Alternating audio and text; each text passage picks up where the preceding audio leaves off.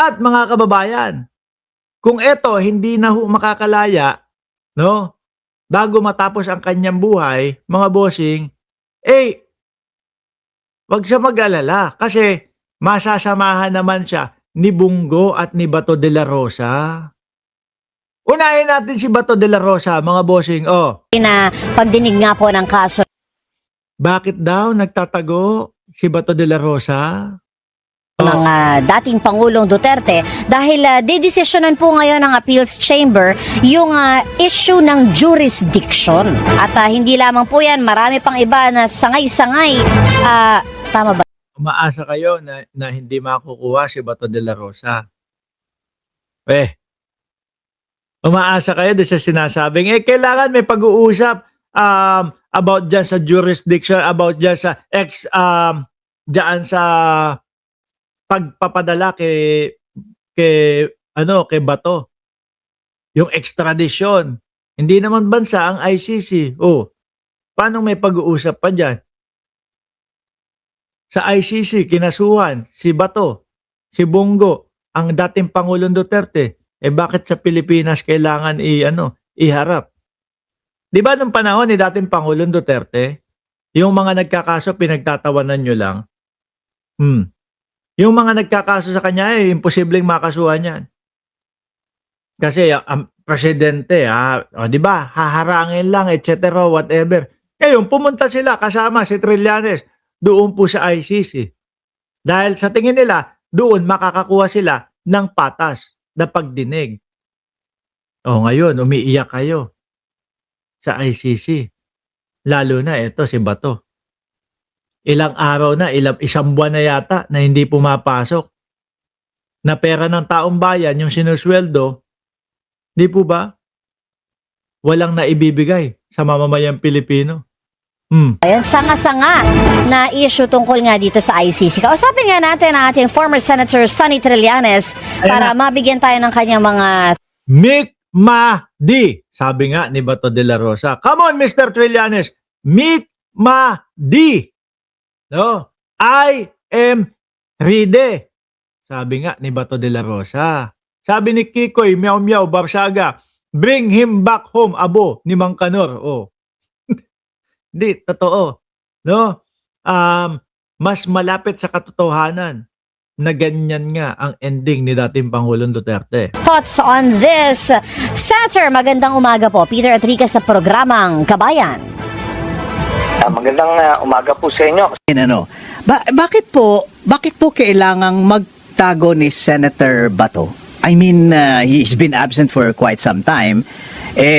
Hindi po ba talaga namang pwede siyang ipagtanggol o kanlungin ng Senado, and not in illegal sort of way?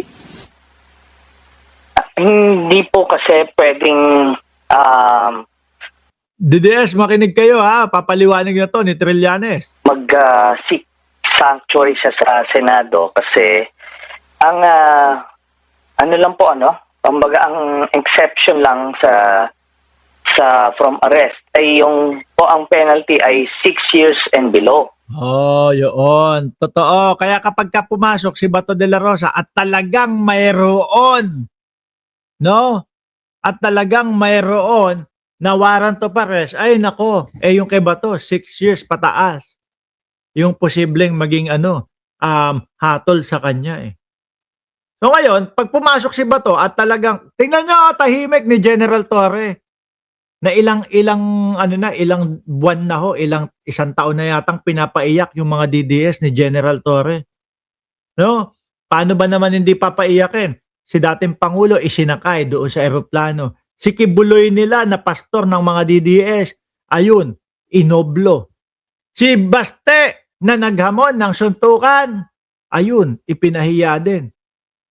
Pinalipad sa Singapore para lang masabi na hindi naman ako nagamon, hindi ko naman inamon Si General Torre, putik na yan. Nakakailan na. 'Di ba, naghihiyakan yung mga DDS kay General Torre. Ngayon, nasaan si General Torre? Tahimik. 'Di ba?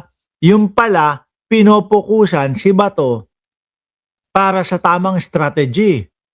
yari niya si Bato de la Rosa, mga boss.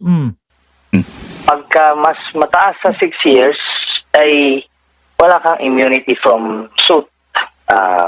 Yun po ang naging napatakatan. Yan. Yung mga DDS, naniniwala kayo, walang warrant of arrest laban kay Bato de la Rosa. Ba't hindi nyo udyukan na pumasok sa Senado? Di ba? Para ewan ko na lang, kapag kalabas niyan, pag uwian na, ayan, biglang sigurong, kasi talagang tahimik si General Torre. Pagka uwian na, pumasok na si Bato de la Rosa, okay, nasa loob na ng Senado. Okay, biglang activated. Warrant of arrest, activated. Aray! Makikita na naman namin kayo. Mag-iiyakan na naman kayo. Pero hindi ko nakikita na aabot ng 3 araw yung iyakan nyo dyan. Kaya ba to siguro mga 1 o 2 araw, okay na yun, tapos na yun. Kaya dating Pangulong Duterte, 3 araw kayong umiyak eh. Diba? Yung iba pa sa inyo, nag-selfie pa doon sa inyong mga Facebook. Selfie doon sa Facebook. Tapos pinapakita, umiiyak. Tapos wala na. After nun, wala na, di ba? Balikan na kayo sa kanya-kanya nyong buhay. Nakalimutan nyo na nga itsura yata na dating Pangulong Duterte. Bakit? Kailan nyo huling nakita? Nung Marso pa. Di ba? Yung kay Bato, ganyan lang din. No? Po sa Senado. Yung po kasing sinasabi na nila Bato at nung iba na nung ako daw ay inaaresto, ay hindi naman ako ibinigay ng Senado. Yun po, I know. Yung pala yung pinanlalaban nila, no? Yung una na wala pang warrant of kailang ng presidential declaration si Digong na cancel yung warrant ay yung aking amnesty. Tapos pinadala niya na kagad yung mga pulis, huliin ako. So ang sinabi ng mga senador at that time, wala kayong warrant kaya hindi kayo pwedeng mag-aresto. Nak ng putik si Digong pala no? Ganun pala trip ni Digong no? Magpapa-aresto ng walang warrant. Ano yun? Tingnan nyo nga yung mga ina-idol ninyo. Magpapa-aresto, walang warrant of arrest. Ito yung kay Bato de la Rosa. Kapag pumasok yan, biglang activated yung warrant of arrest niya. Biglang babasahan ng Miranda rights. Tapos pupusasan na. Ang masaklap pa, pagka si Senador Trillanes talaga o dating senador ang nagposas dyan. Ngayon, eventually, after around 2 weeks, nag-issue yung Makati RTC ng warrant. Kaya pinayagan po akong arestuhin doon po sa loob ng Senado. Sumama po ako. Yun, talagang meron, talagang posible na maaresto pa din si Bato de la Rosa kahit nasa loob ng Senado.